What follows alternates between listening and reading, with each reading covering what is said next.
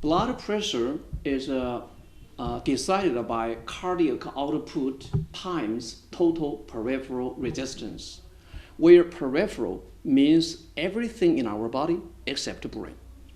When the vessel constricts, the peripheral resistance climbs up. Under stress of oxygen supply, it is a general rule that vessels leading to the brain dilate, while vessels leading to the peripheral constrict. That's because brain is so much susceptible to hypoxia that our body is designed to utilize all means to drive sufficient blood flow to the brain so as to keep the brain from hypoxia. And this engineering design is to bring about hypertension in time of a tight oxygen supply situation. Normally, a tissue can get increment of oxygen supply by drawing in more blood flow by means of dilating the arterioles that supply it. But in case the dilation to the arterioles upper limit is still not able to meet the demand of a tissue cell's oxygen requirement, there is only one means still available, that is to increase cardiac output, which surely results in elevation of blood pressure. Take a look at this diagram. Now assume a regional tissue of the brain is thirsty for oxygen at a given moment. How to deal with this situation? In hindbrain, there is a brain tissue called medulla oblongata, which is a cardiovascular center able to control both cardiac output and diameters of peripheral vessels, either directly or indirectly. In case it receives a request from a brain tissue for more blood flow or more oxygen supply, medulla oblongata responds by instructing the heart to increase cardiac output, meanwhile constricting the peripheral vessels, which causes peripheral resistance climbing up. As a result, the blood pressure climbs some degree.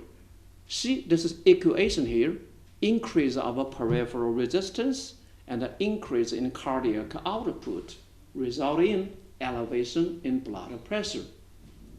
And the blood flow to brain is driven up in whole, and the region that just called for help gets the increment of blood flow, which amounts to more oxygen supply.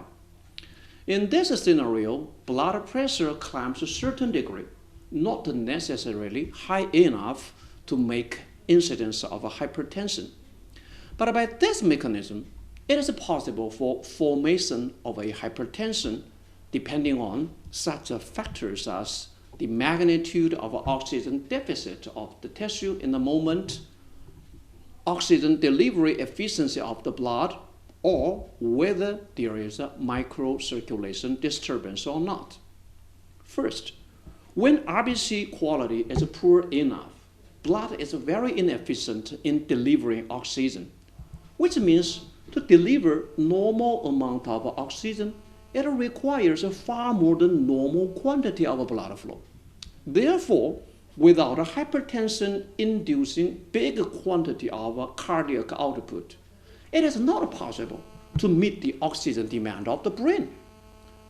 And sustained hypertension can be formed.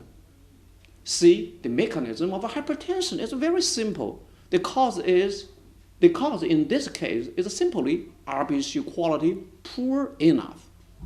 This type of hypertension is supposedly accompanied with a high cerebral blood flow because poor RBC quality requires high blood flow for all the brain tissues. The solution is to improve RBC quality, which is not too difficult to achieve. You may look up the method OTEC described in the previous section. Hypoxia caused by poor RBC quality influences the whole body, not restricted to brain tissues. The severe bodily hypoxia causes various diseases. most prominently obesity, which I will explain in next section. So this type of hypertension is not only high in blood pressure, but also obese. Second, when the momentary oxygen consumption by a brain tissue is too high, or big magnitude of oxygen deficit, as in overload of mental stress or emotional trauma, the blood, even with moderate RBC quality, is not good enough to deliver sufficient oxygen to the tissues, even dilating the arterioles to upper limits, and at the expense of a momentary highest possible blood pressure. The result is hypoxia of endothelium of the arterioles in the questioned region, which forms microcirculation disturbance, as I explained in previous section. When a microcirculation disturbance is permanently formed, it is hard to supply normal amount of blood flow passing through the already narrowed vessel, even under hypertension, and the permanent hypertension is formed consequently. Hyperactivity of any tissue, including the brain, requires oxygen overconsumption, which is a primary cause for the formation of a microcirculation disturbance. Hyperactivity can be interpreted as excessive stress. This is in line with widely acknowledged observations that intensive stress may induce hypertension. In the scenario of a microcirculation disturbance, RBC quality may be in moderately good state, which means there is no bodily hypoxia. Accordingly, neither the obesity. By the way, the brain tissues with good integrity of arterioles constrict their arterioles to prevent overperfusion of blood flow under hypertension. Therefore, with this type of hypertension, the increase in total cerebral blood flow is supposedly insignificant. Thirdly, keep it in mind that not all the brain tissues in hypoxia are by design able to make requests to medulla oblongata to increase blood flow. For example, some cerebral thrombosis patients are normal with blood pressure. Cerebral thrombosis means blockade of a certain brain vessel by thrombus, downstream of which is obviously in hypoxia, that actually made various symptoms for thrombosis patients, but still maintaining a normal blood pressure. It is worth to point out, one, that hypertension is adaptation of the body to barely meet the brain's oxygen requirement. Second, the two types of hypertension I just explained have so far been neglected medically.